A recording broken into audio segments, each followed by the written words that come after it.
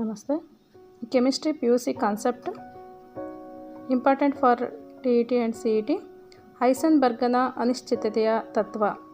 Heisenberg uncertainty principles. ಎಲೆಕ್ಟ್ರಾನಿನ ರಾಶಿ ಬಹಳ ಕಡಿಮೆ, 9.1 × 10⁻³ kg.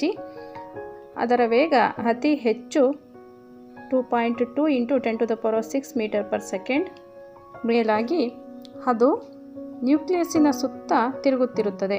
ಇಂತಹ ಸ್ಥಿತಿಯಲ್ಲಿ ಅದರ ಸ್ಥಾನ ಮತ್ತು ವೇಗ ಅಥವಾ ಸಂವೇಗ, ಸ್ಥಾನ ಮತ್ತು ವೇಗ ಸಂವೇಗಗಳೆರಡನ್ನೂ ಏಕಕಾಲದಲ್ಲಿ ನಿಖರವಾಗಿ ಅಳೆಯುವುದು ಕಠಿಣವಾಗಿರುತ್ತದೆ.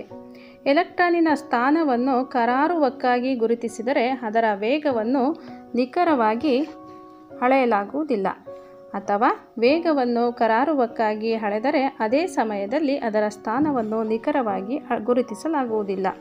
ಕಣಗಳ ಸಂವೇಗವನ್ನು ಮತ್ತು ಸ್ಥಾನವನ್ನು ಒಮ್ಮೆಗೆ ನಿಖರವಾಗಿ ಮಾಪನ ಮಾಡಲು ಸಾಧ್ಯವಿಲ್ಲ ಎಂಬುದನ್ನು ಸೈದ್ಧಾಂತಿಕವಾಗಿ ಹೈಸೆನ್ಬರ್ಗ್ ರವರು ತೋರಿಸಿದರು. ಹೈಸೆನ್ಬರ್ಗನ ಅನಿಶ್ಚಿತತೆಯ ತತ್ವವನ್ನು ಹೀಗೆ ನಿರೂಪಿಸಬಹುದು. ಏಕಕಾಲದಲ್ಲಿ ಒಂದು ಎಲೆಕ್ಟ್ರಾನಿನ ಸ್ಥಾನ ಮತ್ತು ವೇಗ ಅಥವಾ ಸಂವೇಗಗಳನ್ನು ನಿಖರವಾಗಿ ಅಳೆಯಲಾಗುವುದಿಲ್ಲ. ಸ್ಥಾನ ಮತ್ತು ವೇಗಗಳ ಅನಿಶ್ಚಿತತೆಯ ಗುಣಕವು ಸರಿಸುಮಾರಾಗಿ ಲಾಂಕನ ನಿಯತಾಂಕದಷ್ಟದಲ್ಲಿ ಇರುತ್ತದೆ.